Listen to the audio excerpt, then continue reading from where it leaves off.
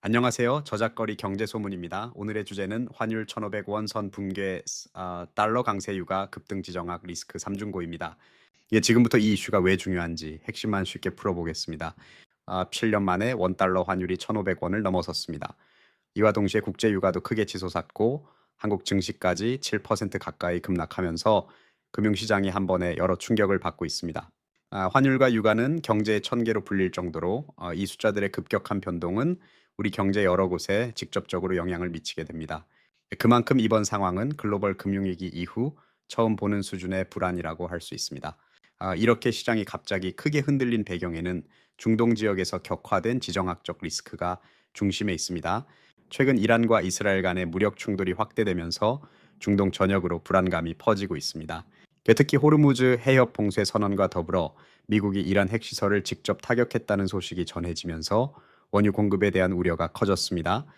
이로 인해 투자자들은 자산을 안전한 곳으로 옮기려는 움직임이 커졌고 그 결과 달러 강세와 국제 유가 상승이 동시에 나타났습니다. 이러한 현상이 왜 이런 순서로 일어나는지 원인과 연결 메커니즘을 조금 더 쉽게 풀어보겠습니다. 우선 중동 지역이 세계 원유 공급의 핵심이라는 점을 생각해야 합니다. 전쟁이나 분쟁으로 호르무즈 해협 같은 핵심 수송로가 막히면 원유가 정상적으로 공급되지 못할 수 있다는 우려가 생깁니다. 그러면 국제 원유 가격이 쉽사리 오르게 됩니다. 실제로 최근 브렌트유가 배럴당 $80를 훌쩍 넘겼습니다. 이와 동시에 전쟁 같은 지정학적 위기가 커지면 전 세계 투자자들은 달러 같은 안전자산을 선호하는 경향이 강해집니다.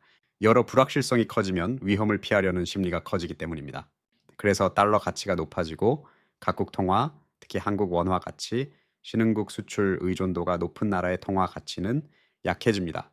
바로 이 지점이 이번에 원달러 환율이 1,500원을 넘어선 직접적인 배경이라고 볼 수 있습니다. 시장에서는 이런 변동들이 연쇄적으로 일어나고 있습니다. 유가 급등은 에너지 수입 의존도가 높은 한국 경제에는 부담으로 작용합니다. 원화 약세까지 겹치면서 우리가 해외에서 들여오는 많은 원자재와 에너지 가격이 전보다 더 비싸집니다. 이로 인해 수입 물가가 오르고 전반적인 인플레이션 압력이 다시 높아질 수 있습니다. 물가가 오르면 소비자들은 지갑을 닫을 수밖에 없고 기업들도 투자에 신중해질 가능성이 높아집니다. 실제로 코스피 지수가 7%대 급락한 것도 이런 악순환의 시작을 보여준다고 할 수 있습니다. 이번 상황을 두고 2008년 글로벌 금융위기 당시 환율이 1,600원 가까이 치솟았던 기억, 그리고 1997년 아시아 외환위기 때를 떠올리는 분들도 많습니다. 당시에 환율이 갑자기 급등하면서 수입 물가와 기업 심리가 연쇄적으로 흔들렸었죠. 물론 오늘의 상황이 그때와 똑같이 흘러간다고 단정할 수는 없습니다. 다만 소위 패닉이라고 볼 만한 투자 심리와 시장 분위기가 얼마든지 닮아 있다는 점은 체크해 볼 수 있습니다. 하지만 모든 변수가 부정적으로만 흘러가지 않을 수도 있습니다. 만약 중동에서의 무력 충돌이 빠르게 진정되고 유가와 환율도 속도를 줄인다면 시장이 곧바로 안정을 되찾을 가능성도 있습니다. 또한 한국 정부와 중앙은행이 외환 시장 개입 등 적극적이고 신속하게 시장 안정화 대책을 내놓으면 투자자들의 불안감이 줄고 금융시장에도 안도감이 돌 수 있습니다.